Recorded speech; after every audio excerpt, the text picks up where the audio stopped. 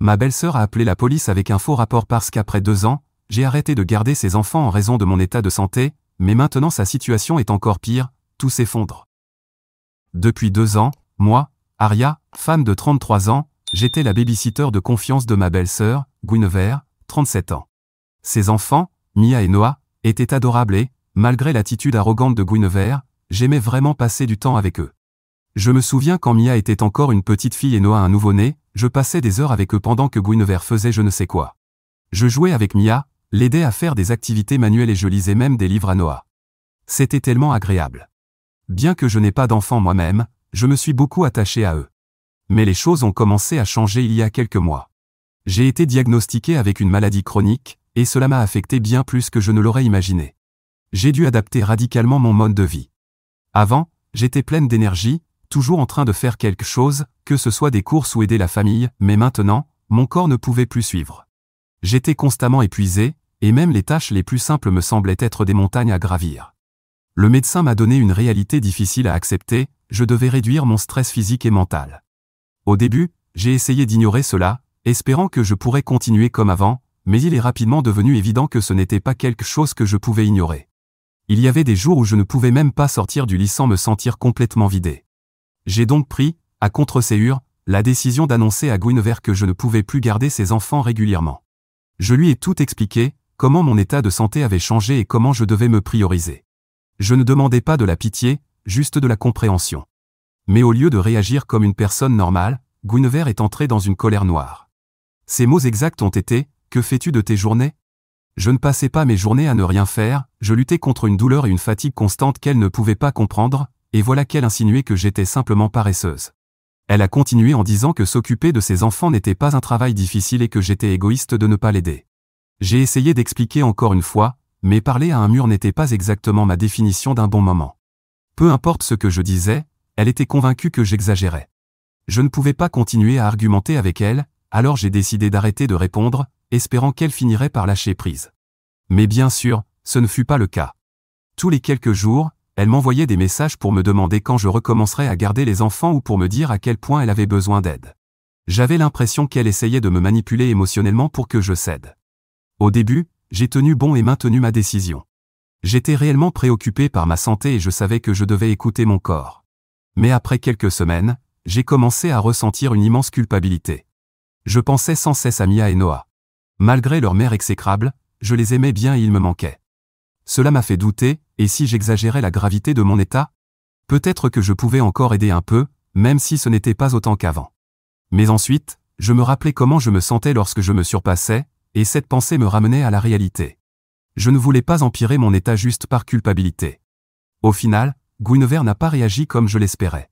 Elle ne s'est pas excusée, elle n'a même pas reconnu l'impact de ma maladie sur ma vie. Au lieu de ça, elle est restée en colère pendant plusieurs semaines. Je n'ai pas eu beaucoup de nouvelles d'elle, à part quelques commentaires passifs-agressifs de temps en temps. Un mois plus tard, mon mari et moi avons été invités à un dîner de famille chez mes beaux-parents. Honnêtement, j'avais des sentiments mitigés à l'idée d'y aller. Je n'avais pas vu Guinevere depuis notre dernière dispute, et je ne savais pas comment cela allait se passer. Mais j'appréciais le reste de la famille et je ne voulais pas créer plus de tension, alors j'ai accepté d'y aller. J'espérais que les choses seraient au moins cordiales et que peut-être, juste peut-être, Guinevere avait pris le temps de réfléchir à son comportement. Bien sûr, ce ne fut pas le cas. Dès que nous sommes entrés, j'ai senti la tension dans l'air. Guinevere n'a pas perdu de temps pour faire de moi le centre de l'attention, et ce, de la pire façon possible. Elle nous a accueillis avec ce sourire suffisant qu'elle arborait toujours, celui qui me donnait l'impression qu'elle préparait déjà un coup bas. Alors que nous nous installions à table, tout le monde discutait, prenait des nouvelles et passait un bon moment. Tout semblait indiquer que ce serait un dîner de famille normal, jusqu'à ce que Guinevere décide de prendre la parole. « Alors, Aria, dit-elle d'une voix forte, tu es toujours trop malade pour m'aider avec mes enfants, ou c'était juste une excuse parce que tu es trop paresseuse pour te lever du canapé ?» La pièce est tombée dans un silence complet, car tout le monde voulait entendre ce qui allait suivre. Je ne suis pas du genre à aimer faire des scènes, mais ce commentaire aurait mis en colère n'importe qui. Et je n'avais encore rien dit aux autres membres de la famille à propos de mon état de santé. « Tu es déjà au courant de ma condition, Guinevere, répondis-je. Ce n'est pas une excuse. J'essaie juste de prendre soin de ma santé. » Elle n'a même pas cligné des yeux. Au lieu de ça, elle a esquissé un sourire en coin et a répliqué. « Ta santé ? Peut-être que garder les enfants te ferait du bien, ça te sortirait de ta spirale d'apitoiement. Elle a ri comme si elle venait de raconter la blague la plus hilarante du monde, tandis que le reste de la table échangeait des regards gênés. Puis, les autres membres de la famille ont commencé à me poser des questions sur ce qui se passait, et j'ai dû tout leur expliquer. J'étais furieuse, mais je ne voulais pas que la situation dégénère, surtout devant mes beaux-parents. Je savais que je devais garder mon calme, mais à l'intérieur, je bouillonnais. J'avais envie de lui dire tellement de choses, qu'elle n'avait aucune idée de ce que je traversais, que son manque d'empathie était tout simplement incroyable. Heureusement, mon mari n'était pas prêt à laisser passer ça. Il est intervenu pour me défendre avant même que je ne puisse dire un mot. « Ça suffit, Guinevere, dit-il. Tu ne peux pas parler à Aria comme ça. Elle a traversé beaucoup de choses, et tu dois respecter ses limites. » Mais même avec son soutien, j'avais l'impression que le mal était déjà fait. Guinevere n'était pas du genre à abandonner facilement, et il ne fallut pas longtemps avant qu'elle ne recommence avec ses commentaires passifs-agressifs. « Je ne comprends tout simplement pas, dit-elle en me regardant droit dans les yeux. Ce n'est pas comme si je te demandais de faire quelque chose de difficile. Garder les enfants, c'est juste les surveiller pendant quelques heures, je ne vois pas où est le problème. » Tout le monde autour de la table gardait les yeux rivés sur son assiette, espérant que la conversation se terminerait là. Mais ce ne fut pas le cas. Guinevere continua d'insister. « Peut-être que si tu aidais un peu, tu ne serais pas aussi fatigué tout le temps. » À ce stade, j'étais déjà épuisé. J'étais sur le point d'exploser, mais je ne voulais pas faire d'esclandre. Alors, j'ai juste pris une profonde inspiration, forcé un sourire et dit « Guinevere, je t'ai déjà dit que je ne pouvais pas garder les enfants régulièrement en ce moment. Si tu ne peux pas comprendre ça, alors peut-être qu'on devrait simplement laisser tomber. » Elle n'a rien répondu, mais elle m'a lancé un regard étrange. J'ai essayé de mettre ses pensées de côté et de me concentrer sur le fait que j'avais su m'imposer, mais c'était difficile de ne pas ressentir de la peine face à son absence totale de considération pour ce que je traversais.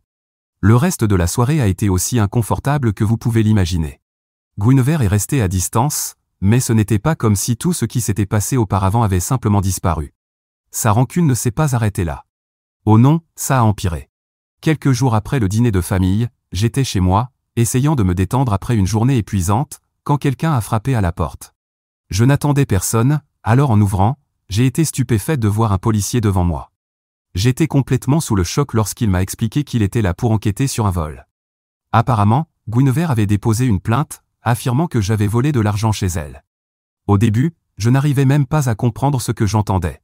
J'ai immédiatement appelé Guinevere pour essayer d'obtenir des explications, les mains tremblantes en portant mon téléphone à mon oreille, le cœur battant à tout rompre.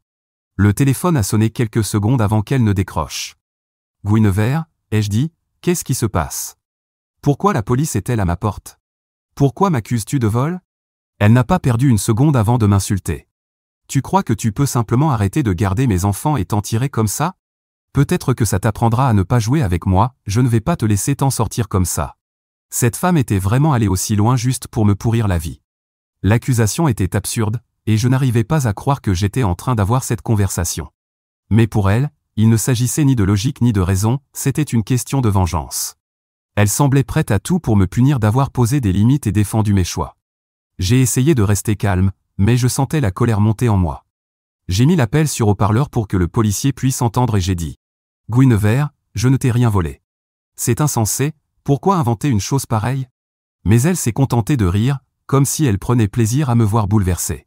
« Je ne vais pas discuter de ça avec toi, a-t-elle dit avant de raccrocher. Je suis resté là, complètement abasourdi, fixant mon téléphone. Comment quelqu'un pouvait-il être aussi mesquin et malveillant? Je ne savais pas comment réagir à ce qui venait de se passer. Bien qu'elle n'ait rien dit d'incriminant pendant que l'appel était sur haut-parleur et qu'elle ait raccroché rapidement, heureusement, le policier a tout de suite senti que quelque chose clochait.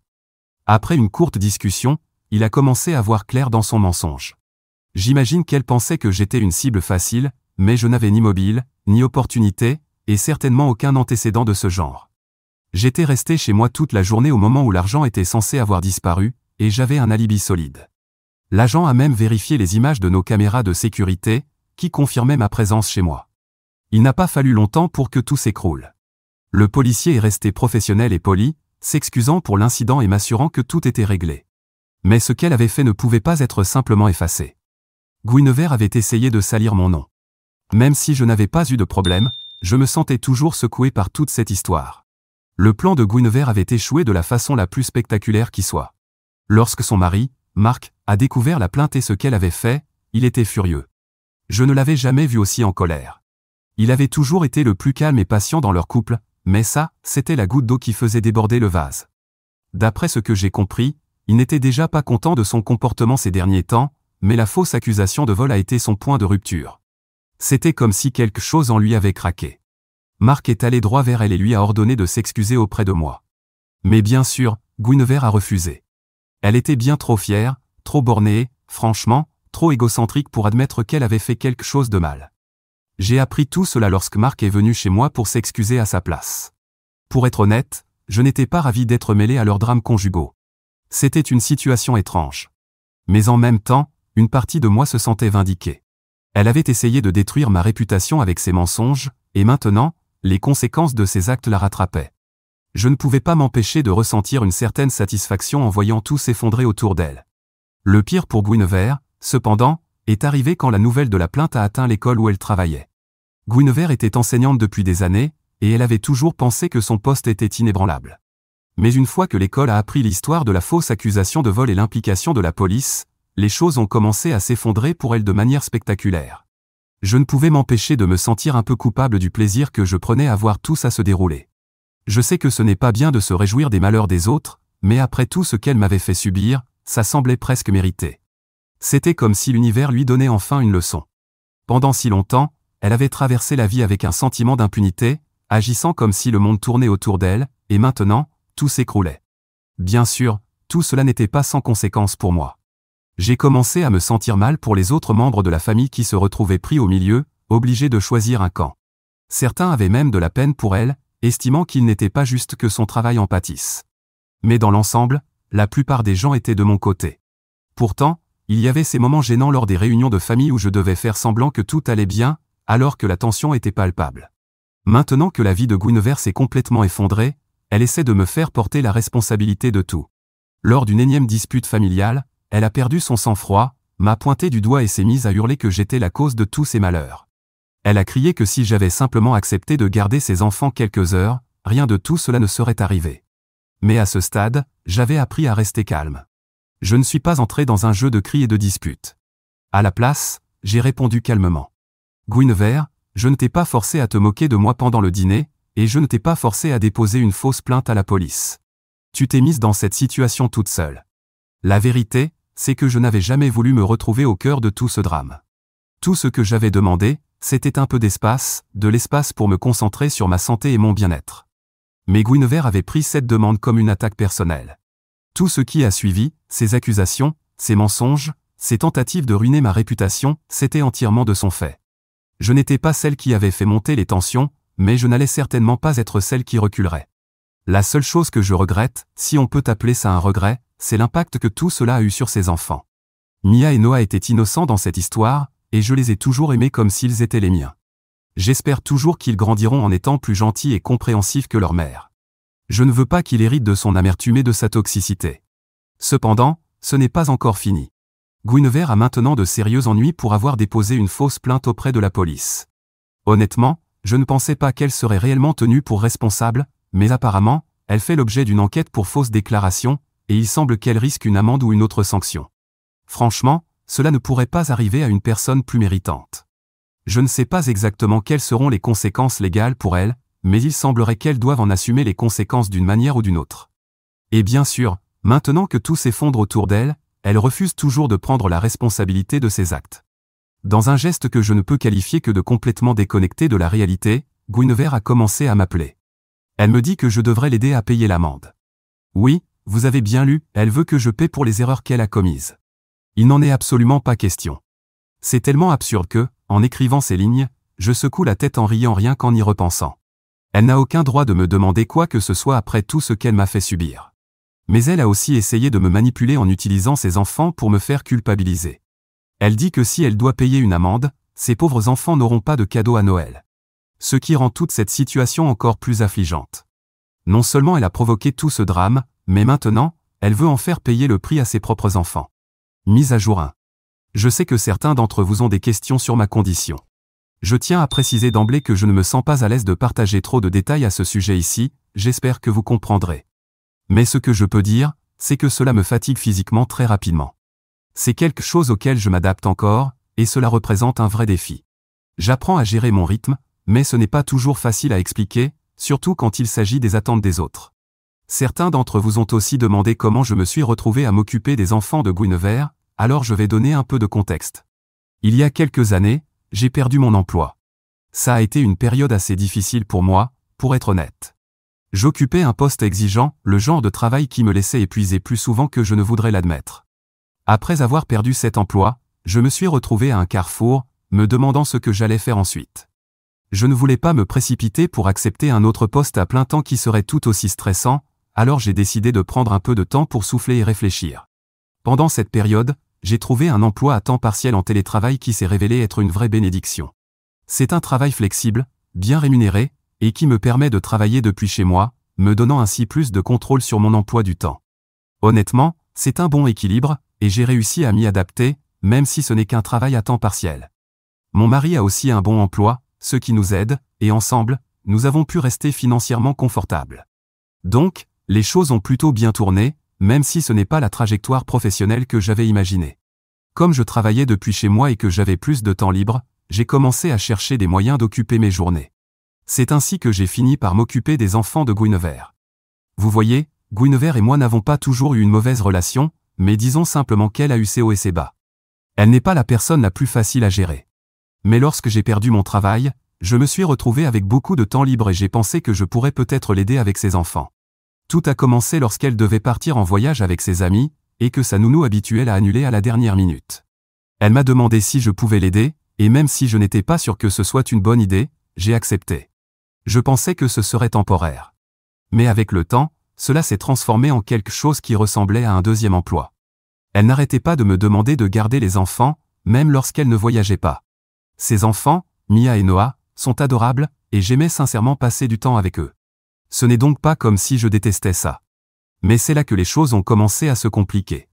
Ce qui avait commencé comme un simple service est vite devenu une obligation. Guinevere a commencé à dépendre de moi de plus en plus, et avant même que je ne m'en rende compte, je m'occupais régulièrement des enfants.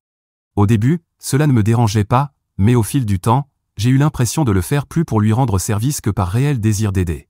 Très vite, j'ai dû jongler entre mon emploi à temps partiel et la garde de ses enfants. Cela allait encore tant que j'étais en bonne santé, mais lorsque mon état a commencé à se détériorer, j'ai eu l'impression d'en faire trop. Avec du recul, je me demande si j'aurais dû fixer des limites plus tôt. Je pense que je voulais être cette personne gentille et serviable, capable de tout gérer, mais au final, cela n'a mené qu'à l'épuisement. La vérité, c'est qu'il est normal de dire non. Il est normal de prendre soin de soi et de donner la priorité à ses propres besoins, même quand quelqu'un d'autre exige votre temps et votre énergie. Mise à jour 2. Je sais que cela fait un moment, mais j'ai enfin des nouvelles. Tout d'abord, je tiens à remercier tous ceux qui m'ont soutenu à travers cette situation complètement folle avec Guinevere. C'est rassurant d'avoir des personnes de son côté lorsqu'on doit faire face à quelqu'un d'aussi délirant que ma belle-sœur. Alors, voici où en sont les choses. Guinevere a fini par payer une amende pour avoir déposé une fausse plainte auprès de la police, ce que, honnêtement, je ne pensais pas voir arriver aussi vite. Elle a également reçu un avertissement, si elle recommençait, elle pourrait faire face à des conséquences plus graves.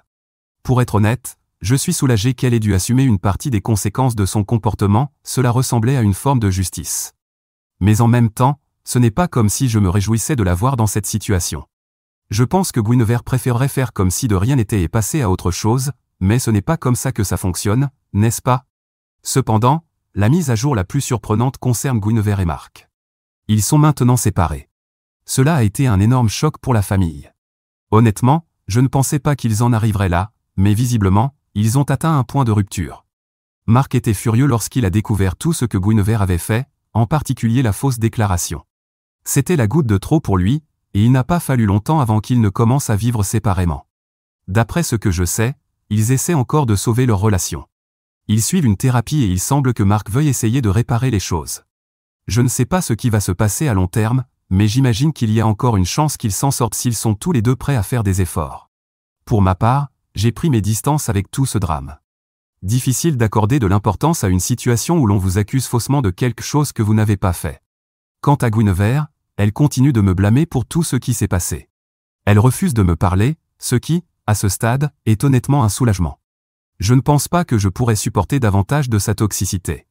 Il y a une limite à ce qu'une personne peut endurer avant de devoir préserver sa propre tranquillité d'esprit, et en ce moment, je fais ce que je peux pour me concentrer sur ma santé et mon bien-être. J'ai appris à mes dépens que le fait que quelqu'un fasse partie de votre famille ne signifie pas nécessairement qu'il a vos intérêts à cœur. Certaines personnes vous manipuleront et profiteront de vous, peu importe à quel point vous essayez de les aider. À un moment donné, il faut tracer une ligne. Ce qui a été un peu plus difficile à accepter, c'est de ne plus pouvoir voir Mia et Noah. Ces enfants me manquent. Ils ont fait partie intégrante de ma vie pendant un bon moment, et même si les choses étaient compliquées avec Guinevere, j'aimais vraiment passer du temps avec eux. Ce sont des enfants intelligents et adorables, et ça me fait bizarre de ne plus être présente pour eux. Je sais qu'ils doivent probablement ressentir mon absence eux aussi, mais je ne sais pas si j'aurai un jour la chance de les revoir. Guinevere a été très claire sur le fait qu'elle ne voulait plus rien avoir à faire avec moi, et je ne veux pas dépasser les limites. Pour ceux qui se demandaient quel rôle ont joué mon mari et mes beaux-parents dans tout cela, je ne les ai pas beaucoup mentionnés parce que mon mari tient à sa vie privée et ne voulait pas que je parle de lui. J'ai changé certains noms, mais il ne voulait pas que des amis ou collègues puissent le reconnaître. Il m'a permis de partager ces détails parce que beaucoup de gens posaient des questions. Mon mari a essayé de parler à Guinevere, mais il n'a pas réussi à la calmer, pour ainsi dire. Pour l'instant, il ne lui parle plus et ne communique qu'avec son beau-frère, Marc. Il en va de même pour mes beaux-parents, qui m'ont soutenu dès qu'ils ont appris ma condition. Mais comme ils ne sont pas extrêmement pertinents pour l'histoire, je les ai laissés de côté, car le vrai problème ici, c'est entre ma belle-sœur et moi. De toute façon, cela prendrait trop de temps d'expliquer en détail les réactions de chacun. Mise à jour 3. Je sais que cela fait environ un mois depuis ma dernière mise à jour, mais j'ai enfin des nouvelles à vous donner. Merci encore à tous ceux qui m'ont envoyé des messages, que ce soit en commentaire ou en privé. Commençons par Guinevere et Marc. Croyez-le ou non, ils sont de nouveau ensemble. Oui, j'ai été un peu surprise moi aussi, étant donné tout ce qui s'est passé. Après tout le drame, les accusations et tout le reste, je pensais que leur relation était terminée. Mais d'une manière ou d'une autre, ils ont réussi à arranger les choses. C'est un peu doux amer pour moi. D'un côté, je suis contente qu'ils aient trouvé un moyen d'aller de l'avant. D'un autre côté, je n'ai toujours pas pu voir Mia et Noah. Honnêtement, ces enfants me manquent énormément. Mais après tout ce qui s'est passé, je ne trouve tout simplement aucun moyen de reprendre ma place dans leur vie. Mise à jour 4. Je pense être en mesure de donner une nouvelle mise à jour. Désolé de ne pas avoir écrit plus tôt, ma santé n'était pas au top, même pas au point de pouvoir m'asseoir et écrire sur mon ordinateur. Heureusement, j'ai beaucoup progressé. Je consulte un nouveau médecin et j'ai adopté un régime cétogène, ce qui m'a énormément aidé. Je ne dirais pas que je me sens en parfaite santé, mais au moins, je peux mener une vie relativement normale. Ma maladie est chronique, pour l'instant, il n'existe pas de remède définitif, seulement des mesures palliatives. Je partage tout cela pour répondre à ceux qui s'inquiétaient de ma santé la dernière fois, mais aussi pour aider toute personne traversant quelque chose de similaire. Guinevere et Marc sont finalement en train de divorcer. Le conflit entre ma belle-sœur et moi n'était pas la seule raison de leur séparation, mais je ne sais pas exactement ce qui s'est passé récemment ou si c'est un ensemble de choses. Peut-être qu'ils ont essayé de sauver leur mariage et que cela n'a tout simplement pas fonctionné. Pour ma part, j'imagine sans mal qu'être en couple avec Guinevere peut être très compliqué. Marc et mon mari ont beaucoup discuté ces derniers temps, et mon mari lui a confié à quel point mes neveux et nièces me manquent. Du coup, Marc a commencé à les amener de temps en temps, mais il ne me les laisse jamais complètement à charge. Il reste avec eux pour que je n'ai pas à fournir d'efforts, ce qui en dit long sur lui en tant que personne. Quant à mon mari, il ne parle toujours pas à Guinevere car il attend qu'elle me présente ses excuses. De mon côté, je n'attends plus d'excuses de sa part. Mes beaux-parents, en revanche, ont recommencé à lui parler, car après tout, elle reste leur fille, même si leur relation reste compliquée. Ils continuent de me soutenir et ont été d'une grande aide face à ma condition. Voilà tout ce que je peux partager pour l'instant.